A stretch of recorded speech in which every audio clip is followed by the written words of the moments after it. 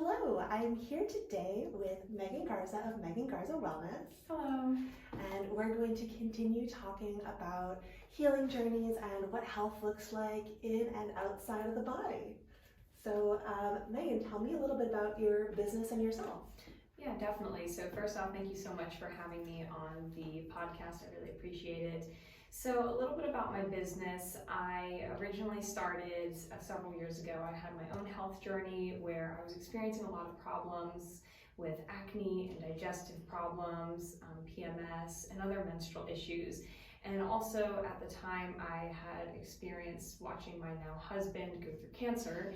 So it was very eye-opening to kind of flip the mainstream narrative of health kind of upside down, and I started diving into holistic nutrition and learning more about the gut-brain connection and how all that ties back into skin health. So I went on my journey and I started studying. I went to Kula Yoga Shala for my 200-hour RYT certification so I could teach yoga.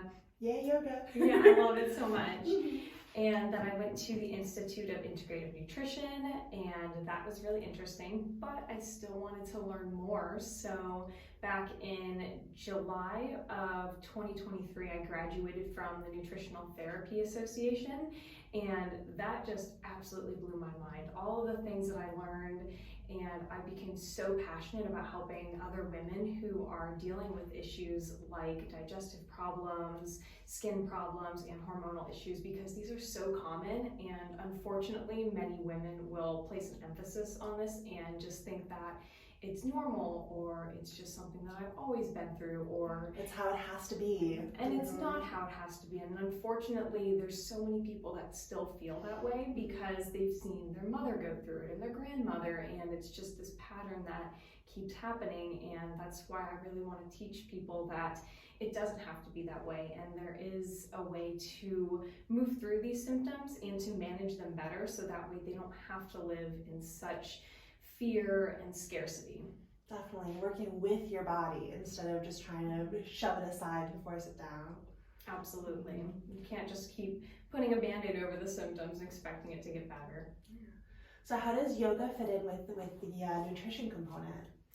So the way that I look at it is when you are in a state of parasympathetic, the rest and digest, you are better able to, your body is better able to do certain functions. So it's better able to metabolize your hormones, it's better to detoxing and digesting. And many of us are in a state of chronic stress. So that puts us in the sympathetic nervous system, so the fight or flight. And when you're in that state, your body is not going to function properly. So the way that I look at yoga and how I tie all of this in is the fact that your body needs to rest when you are in states of not moving, and when you're in states of eating or talking with your friends or family. These don't need to be stressful times. So by incorporating the breath and slow, gentle movement and listening to your body, it's going to facilitate much better healing than just focusing on nutrition and nutrition only. Definitely. I love that we're learning more and more about the nervous system, because it's really the key to everything. And we don't think often enough that when we're in that fight or flight state, digestion stops. If your body believes you're in a life or death situation, digesting breakfast isn't important. And these days, that life or death response is coming from things like emails that aren't truly life or death, but that's how our body's interpreting them. So, very cool. For sure. I think that the nervous system is such an overlooked component of health, and I'm glad that it is getting more attention. Mm-hmm. So I imagine your husband is doing pretty well now? Yes, he is. He has been in remission for, I believe, 6 or 7 years. Oh, that's amazing. Congratulations. Thank you. You must be so thrilled. Absolutely. And just for the record, we did not treat his cancer holistically. He did go through partial kidney removal, so I just want to put that out there, and I don't want to make anyone think otherwise. No false promises. Yes, exactly. But after all of that, we did change our lifestyles a lot. Right, and I love this idea of both and I've heard alternative medicine start to be referred to as complementary medicine, and I really like that type of healing wording better, because we're working complementary to whatever other treatments you're going on. For sure. Yeah. I definitely don't think that it's a good thing to demonize Western medicine totally, because that's exactly why we're here today, because of the advancements in it, but there are drawbacks to it as well. Yeah, so it's about finding that perfect balance for you, and checking in with how your body feels. So so with that in mind, you don't have like a one-size-fits-all plan. Like, you're not just going to hand me, here's what I eat, Caitlyn, you eat the same thing, right? Definitely not. No, it's very bio-individual. There's a lot of things to take into consideration, like somebody's health history and just their emotional stressors, their physical stressors, so many different things. Oh yeah, everyone's an individual, and that's good. You have quite a bit of knowledge, so you can really dive on into that. So if someone wants to work with you, what does that look like? So if someone wants to work with me, I'm currently doing one-on-one packages. So it's a 3-month package where you can expect to fill out a ton of paperwork. Don't let that scare you. Yeah, no, that's not everyone's favorite part, but it does give me a really comprehensive look at what I am looking for to kind of match up and to see what would correlate with your symptoms.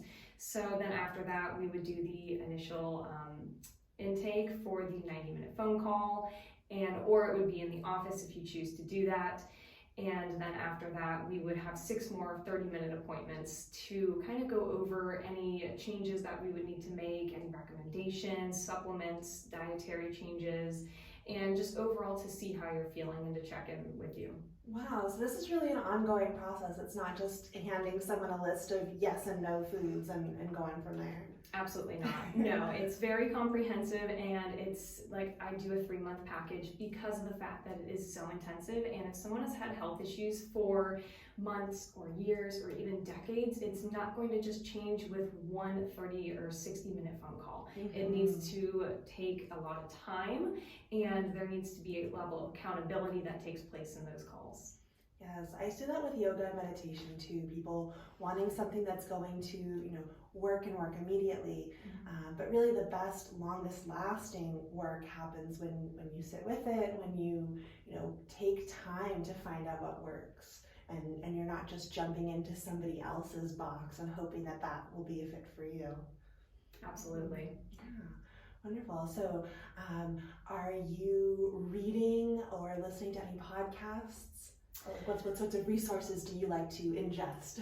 So I've recently been reading, oh gosh, you put me on the spot. I'm sorry about that. There's a book that I'm reading. I believe it's called The Woman's Code or Woman Code or something like that. We'll put it in the show notes. Yes. So it's a very fascinating book about women who are dealing with endometriosis, infertility, fibroids, all kinds of things like that. And it's very light reading. Yeah, very light reading, something to just enjoy. Yeah. But it is very fascinating to learn the connection between the hormones and our endocrine system and the nervous system. So it's a great book. I would highly recommend the read if you're interested, especially if you're dealing with those issues.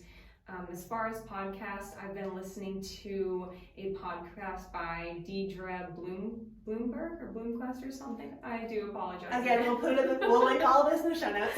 Yeah, she has some put you on the spot. I know. She has some very fascinating research and findings, and she has a lot of wonderful guests that speak about these things. Nice. So definitely recommend giving her a listen. Very cool. So my goal with all of these is just to have these be nice casual conversations, so you can see we're really just sort of rocking with it. So if you have any questions for Megan, definitely put them in the comments. I plan on having you back on the show, hopefully very soon. So definitely reach out with questions so we know what you want to know. And we might just come back on and talk more about yoga and the nervous system, because I love having people I can talk yoga with. I love nerding out too. Yeah. So Megan, where can people find you? So I do have an Instagram. It is Megan Garza Wellness. However, the best place to reach me would be my website, megangarzawellness.com. There you can sign up for my email list, so that way you can stay notified about any of my future podcast episodes that I'm posting, and just any updates or even weekly tips that you're going to be receiving. So you can find the email list in a pop-up note that gets shown to you on the website. And nice and convenient. Yeah, exactly. So you can just type your email there and you get all kinds of wonderful information. Wonderful. Well, thank you so much. Can we end, again, putting you on the spot, with one of the tips that you've given recently in your email news blasts? Drink more water. Ah, that's a great one. So It's so cliche, but it's so true. So let's end with a nice little cheers. Yes. Cheers. Thank you all so much for tuning in. We'll see you next time.